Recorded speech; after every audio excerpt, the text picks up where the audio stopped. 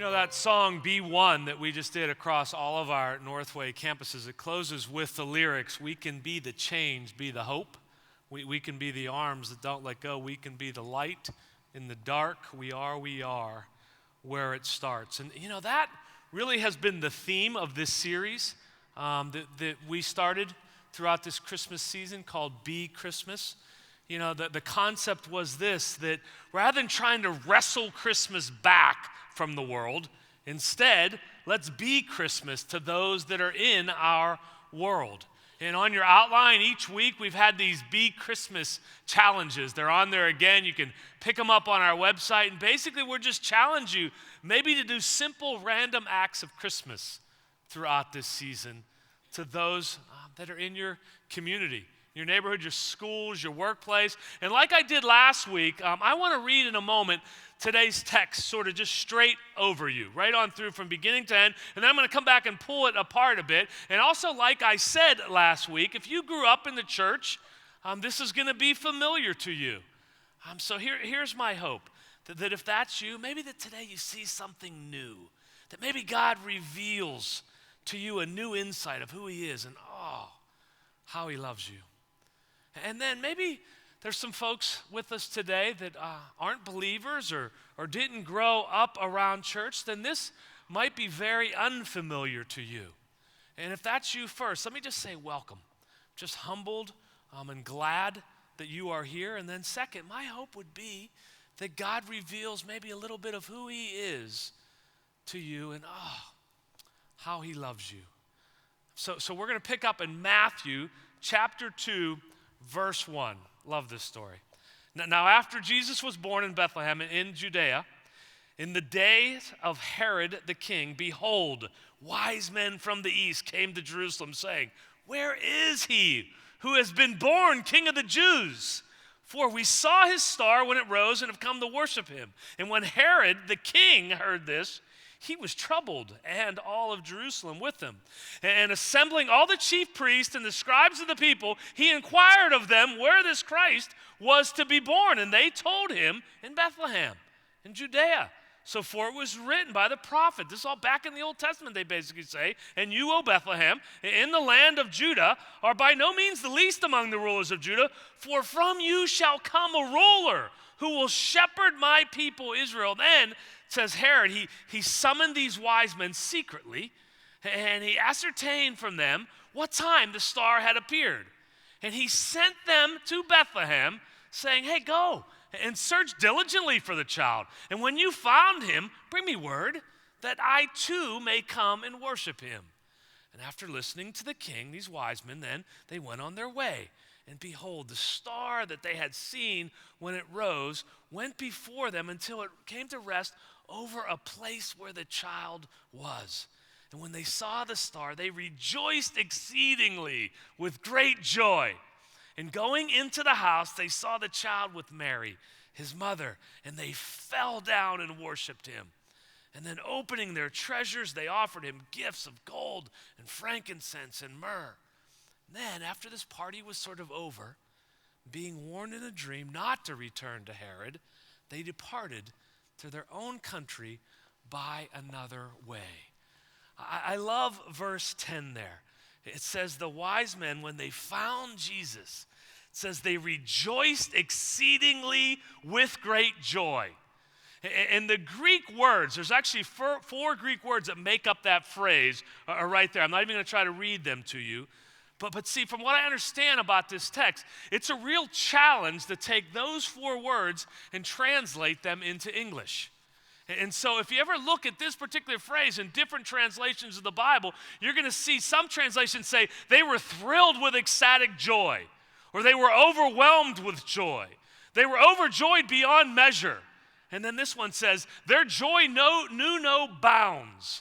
Jim Platt, when I was talking to him about this particular phrase, he said one way that we can think of it is we could use our word mega. He said think of it like mega joy. Beyond happy, excited, thrilled, mega joy exploded from these wise men.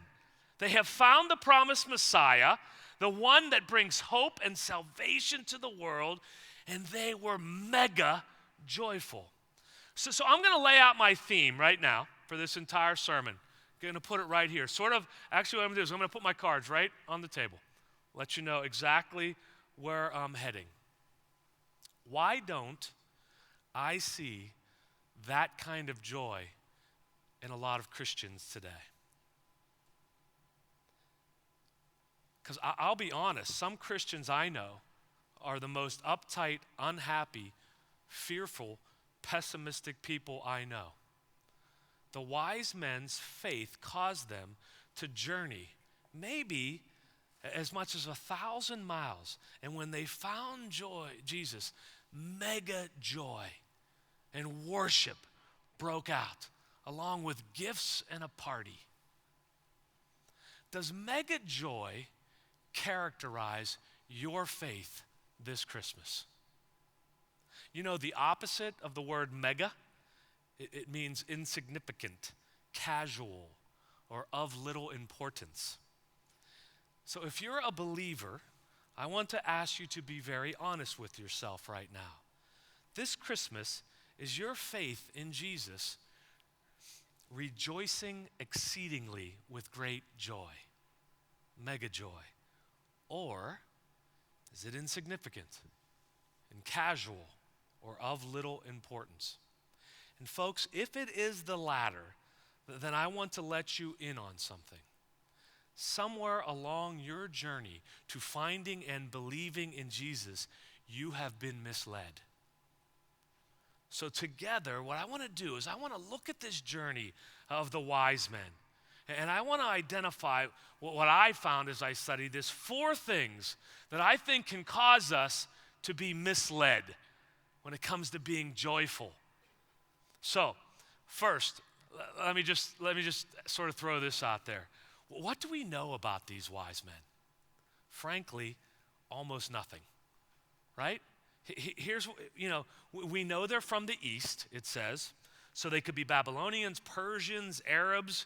Reason, or scholars' sort of best guess, is if you know your Bible, the 10 tribes of Israel, they were carried off into exile. And you can find this in the Old Testament, sort of in writings of Daniel, for an example. And maybe some believe that these men were from that time, they saw or found some of those writings, and this caused them to take this journey following this star, because they knew it had something to do with this promise of a Savior to come. But that's seriously, that's just a guess. We really don't know. We don't even know if there were 3, right? I mean, someone wrote a song about it, 3 Kings of Orient are, right? And some assume, I think, because there were 3 gifts and there were probably 3 kings, but 3 wise men. It doesn't say that in there anywhere. One thing we do know, and I love this when I found this in my study, that the average person that was sort of born around this time and in that region would have never traveled more than 30 miles from their birthplace. So this is conceivably, this trek that these guys went on, about 1,000 miles, which would have been remarkable. It would have been unheard of. This would have been one of the most dangerous journeys of this time of these wise men. It says that they're referred to often as magi, and that term originally referred to a priestly caste of Persians. And throughout history, though, it's been broadly applied to, it could mean scholars, academics, astrologers, or even magicians. So we really don't know who they are or where they came from. And lastly, and I don't want to mess up your manger scene that's under your tree or on your coffee table, but the wise men weren't there, right? Jesus is probably 18 months old or probably 2 years old at this time when they arrive. So you may want to, place the wise men around the back of your tree and sort of show them journeying, or out at the end of the coffee table if you want to remain historically correct. But what we do know is that they see a star, and they're compelled to follow it. So here we go. If your current faith or your joyful meter is less than mega, then here is the first thing I see in this text that can help you see maybe where you've been misled. God didn't speak to these wise men. When God told Abraham to go, he spoke to him. There's no reference here of God speaking to them. A missionary didn't come to their town and set up a tent revival. They didn't go to some kind of a service with a guy with a bad hair and a bad suit, threw some prophecy down on him and told him to go. None of that happened. They weren't inspired by a middle school retreat. They didn't sit front row on a Christian concert. In Matthew 2:2, the wise men saw a star, and God compelled them to come and find him and to worship him. And folks, please hear me on this. He still does that today. God has the power to draw and compel in more ways than just a proclamation of his word. You don't have to just wait around for somebody to convince you of who he is. See, I was listening to a pastor recently who trains missionaries around the world. And he told this story, and I just loved it. He said there's this missionary couple, a husband and wife, that are doing mission work in the Middle East, in a country, as he described it, that wouldn't be really too cool to wear an I Heart Jesus shirt around in, right? You get what I mean? It's not a country that's friendly at all to Christians. And they were making an ill-advised trip across a desolate stretch of road from one town to the next. And they pull into a gas station to get fuel, and they notice this old, weathered man in a turban just sitting there glaring at them. I mean, glaring at them. And it says they get really nervous. They hurried up and got gas and got in the car and left. And as they're driving away, a little ways down the road, the husband literally pulls the car over and says, I don't know what just came over me, but I am 100% sure in my soul that we're to go back and tell that guy about Jesus. And then he starts to pull away, and he goes, I don't know, maybe that's just foolish. We could get killed. Maybe I heard this all wrong. And as they start to then go on, the wife sort of grabs the wheel, and I loved what she said to her husband. She says, here is what I know. I would rather be the widow of a martyr than the wife of a coward. Ooh. If that's me, and Tina says that to me, I'm like, all right, woman, then we're going back. We'll both die today, okay? You want to provoke a man, call him a coward, right? And they go back to the gas station. They walk over to this guy, and he says, I feel like I'm supposed to tell you about Jesus. And the man says, I had a dream 2 nights ago that I was to come to this gas station and wait for someone to tell me about God. See, folks, God still draws and compels people to follow him. He caused wise men to take one of the largest leaps of faith to come and seek him. When I was in India recently, I learned that God is drawing more people to him through dreams and through healings than through sermons that are be given in that region. Let me just ask you a question. Has God been haunting your thoughts and your dreams and your conversation? He speaks every day and every night to us. Psalm 19, I love this verse. It says, the heavens declare the glory of God, and the sky above proclaims his handiwork. Day to day pours out speech, and night to night reveals knowledge. There is no speech, nor are there words whose voice is not heard. Maybe you need in your life right now a little less K-Love, a little less Christian books, a little less podcasts and sermons, and a little more stargazing. And folks, I'm not saying there's anything wrong with any of those things I just mentioned. They are all great things. However, I see a lot of Christians that have a lot of that stuff in their life, and I don't see mega joy or mega faith.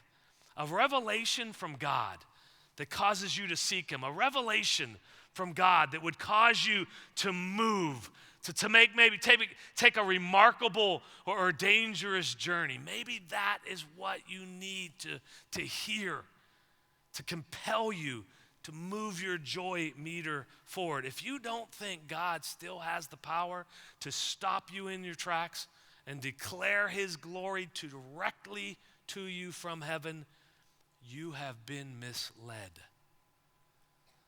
There is a promised blessing from God when we gather like this in church as a community. But please know this. God pours his speech out night after night. He reveals his knowledge day after day. Don't be misled. Instead, I would encourage us all, create a space. Be ready. Look to the stars. Follow your heart and beg God to draw and compel you like he did these wise men. The second way in this story that I believe we can be misled along the journey. When the wise men arrived in Jerusalem, said they came and they wanted to find out where this king had been born. And King Herod, who's the ruler of this region, immediately gets nervous, right? Back in verse 3 or 4, when he heard this, he was troubled, it says. And so was all of Jerusalem. And he assembled all the chief priests and the scribes, and he inquired of them, where is this Christ? Where is he supposed to be born? So just picture this scene. Herod, right? He's sitting there, and then enter the most religious leaders and people of this time. And he basically says to them, do you guys know anything about this Christ king?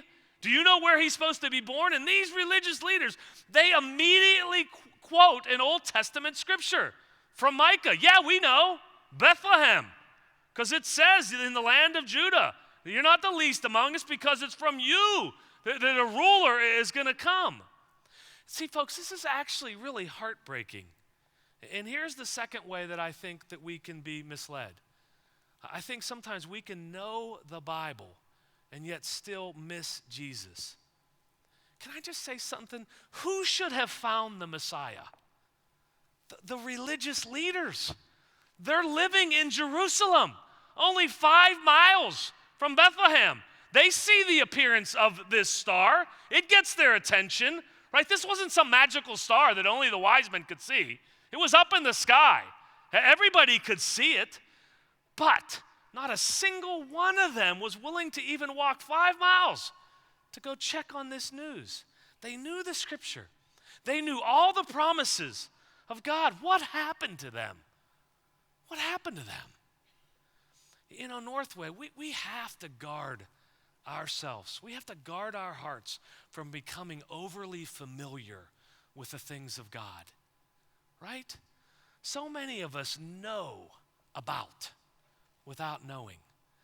Like we can give a lot of stats, a lot of stat lines about Jesus, right? Where was he born? Bethlehem, great little town, right? You know, we can crank those things up. Born in a manger, yeah, shepherds, little dude with a drum showed up, right? We know these stats about Jesus. We can name you a couple of his top sermons, right?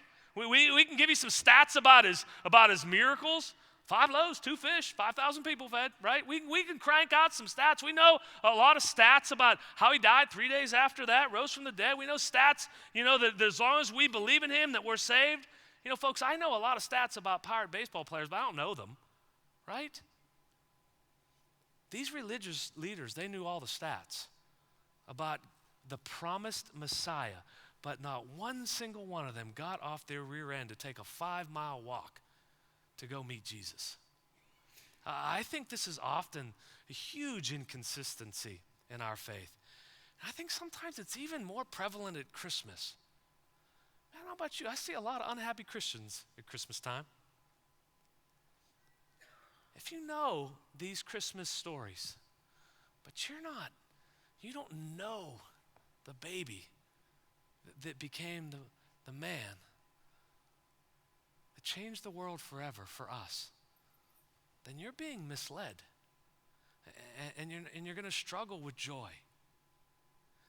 I mentioned earlier that we know very little about the wise men. However, history tells us a great deal about this king, about King Herod. Herod was the client king of Judea. So he ruled basically on the behest of Rome. And he wasn't a real Jew. He was like a convert. So therefore, the people in the region, they never really trusted him. And during his tenure as the reign as king, he revealed himself to be one, an unbelievable architect, a political tactician, and an absolute madman. So he was a guy that no threat could come against him, whether it was real or perceived. He would destroy anyone that ever posed such a threat to his throne. Legend is that he was so ruthless that he had his own children killed because he thought they were coming after his throne. When the wise men wander into this town asking, where is this king of the Jews that was to be born? It says, Herod, he went right into action. Right in verse 7, he summons the wise men secretly and he ascertains from them, when did you see that star? When did that arrive? When did you first check that out? And then he sends them, he probably talks to them for a little while, sends them off to Bethlehem. Well, why don't you go? You find that kid. When you find him, get word back here to me because I want to come and I want to worship him too. Can I ask you a question? This is sort of the third thing that I think sometimes can mislead us in our journey. Is there a Herod voice in your life that is misleading your faith? Someone that maybe has had some power or authority in your past, right? That is misleading your faith. Maybe somebody that carries some weight that is not a believer. And truth be told, that they're misleading your faith. Someone that maybe has been hurt by the church in the past and they're sort of dumping that on you. Someone that thinks they know it all and they've convinced you that God is just for the simple-minded and the weak. So someone that maybe, has used their misguided knowledge or authority to wound your faith, to quiet your joy for God. Or maybe someone, frankly, that's just not healthy and they do not have a healthy view of God. See, it says that the wise men, they listened, and then they went on their way, and then they decided to take a different way home. See, some of us, I believe we've listened to arrogant, prideful, unenlightened deceptions about God, and we've been misled. Folks, do you need to be on your way from that? Right? Do you need to leave that behind and find a different way? Or a new way home? Maybe this Christmas, ask God to put your deceptions and the manipulations and bad religion maybe in your rearview mirror. You've listened and now you're going to choose a new way home. I want to encourage, some of us need to find the awe and the wonder, and don't be misled by someone's insecure, prideful arrogance about God.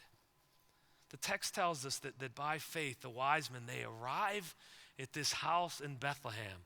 And it says that when they saw Mary and the child, they fall on their faces and they worship him. You don't fall on your face and worship a 2-year-old unless God has granted you with an incredible, right, measure of joy-filled faith. It's the only way one ever comes to Jesus, by faith alone. I don't know about you, but I've been around some 2-year-olds. How about you? I don't know that I've ever been around one I wanted to worship, right? I know a couple other things I want to do them, but worship doesn't tend to come to mind, right? However, the wise men, these are wealthy, smart, sharp men with gifts, fall down and worship him. See, God shows these wise men favor, and they're placed in this Christmas account. They become forever known, talked about, discussed. But hear me on this. God shows them favor not for the gifts that they bring, but for the faith that got them there. Track with me on this. So here's the last thought, the fourth of these ways that sometimes I think we can be misled. Because this is the same way that we must come to Jesus today. It's not about what you bring. It's not about cleaning yourself up first and then coming to him. It's not about whatever talent or ability that you think you got to deal with him or offer to him or barter with him about. It's not about the gifts that you drop in the offering baskets. Folks, you have no gifts to bring. Ba-rum-pa-pum-pum, right? I think that this is where some of us have been misled. You know, what are you going to bring to him that he needs? You know, or that he doesn't already have? I have nothing to give to him. I have nothing to lay before his feet except faith, and faith alone. In Ephesians 2, verse 8, it says this, "For by grace you have been saved through faith, and this is not your own doing, it's the gift of God, not a result of works, that no one may boast." That brings me great joy. And for some of you that have struggled with feeling like you need to earn it, or you need to do more, or try harder, or clean yourself up, maybe that is what's crushing your joy this season, because you've been misled. You know, I don't know about you, but when I was a little kid, you know, my parents used to give us a little bit of money to buy them presents. Like, you ever do this, right? You know what I mean? Like, we didn't have a whole lot of money. We weren't wealthy growing up, but my dad would say, you know, like, here's $10. You know, go get your mother something for Christmas from you. You know, and then my mother would do the same thing, you know, and give me a couple bucks to go get something for dad for Christmas, right? And I used to really believe that, like, the stuff that I got him was really a good present. Like, this is great stuff, man. This is awesome what I got you. I can't wait for you to open it up, right? I would buy my mom, like, a cheap, like, necklace, like a Christmas necklace with a reindeer on it. It would turn her neck green when she would wear it, right? I used to, every year I buy my dad soap on a rope. Like, who needs soap on a rope? Right? See, what's crazy is this. Those gifts were bought for them with their money that was actually theirs. So in reality, I didn't really give them anything that wasn't already theirs. That they didn't really gain anything from that except for maybe a smile. We have nothing to give to God that isn't already his. You know, the only thing that we can boast about is his saving grace. We cannot give anything to God that is not already his. That should bring us joy. That should lift a pretty big burden off of us.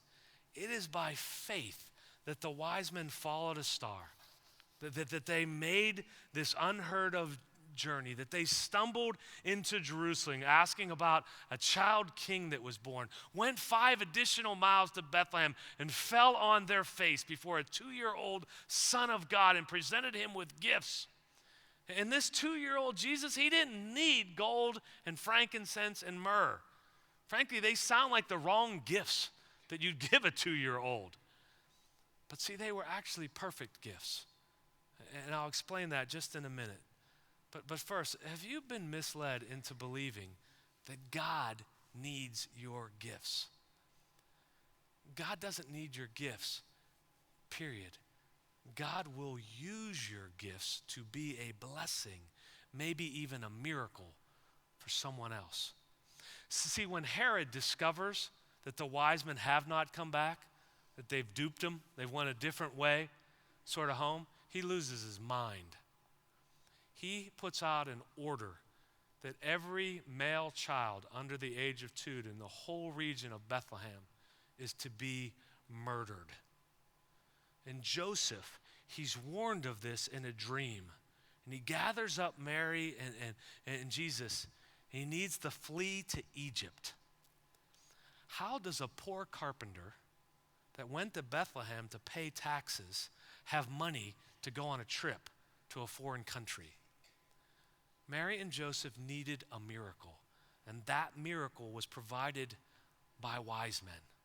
That God sent 1,000 miles, bringing them gifts that they could exchange in order to afford an escape to Egypt. God doesn't need your gift. Your gift, though, could be a miracle for someone. See, folks, please hear this from me towards the end of the year here. From my heart, for those of you that give faithfully and consistently here at Northway, for those of you that already have or will make a sacrificial gift to our year-end gift, our year-end giving offering, I want you to hear this from me. Thank you. But I really believe that God doesn't need the gift. What God does is he translates our gifts into miracles for people in this church, for people across the city, for people across the world. God is a God that keeps his promises. He promised all throughout the Old Testament, all throughout history, he promises to save us from our sins. In the Christmas story, it's the coming of Christ to keep that promise. Secondly, all throughout history, God promises us that he is sufficient, that he is enough. And I don't know what kind of year you've had this year. Maybe you've had a great year, filled with great relationships, right? Things are going well financially. God is sufficient in that. He is enough. But see, maybe there's some folks in this room that you've had a horrendous year. This is a year that you really can't wait to get behind you. You need to know this. He was sufficient. He was enough. He sustained you. He did not abandon you. And my guess is if you look back, you're probably closer to him right now than you were to start the year because he saw you through it. Where is your faith and your joy this Christmas season? Folks, if we're to put Christ back into Christians this season in order to be Christmas to a world that desperately needs to know Jesus, then we have to be less uptight. We have to be less unhappy and fearful and pessimistic. And if that's you, then you've been misled because God keeps his promises. He came to save. He is sufficient. And that really should bring us a lot of joy in this season. You know, if you're unhappy or uptight, unpleasant Christian, I wonder if you're not celebrating life and love enough. I just wonder if you're not celebrating the little blessings and the large blessings enough. I wonder if you're not enjoying this journey that you're on, that God is walking along with you, that he's compelling you to seek him, to worship him, and to know him. I wonder if you're not doing that enough or as much as you could or should. What if, church, we represented rejoice exceedingly with great joy this Christmas in our homes, in our workplace, in our classrooms, in our neighborhoods? And don't be misled. Be joyful. This Thursday, we've got 11 Christmas Eve services across 5 campuses.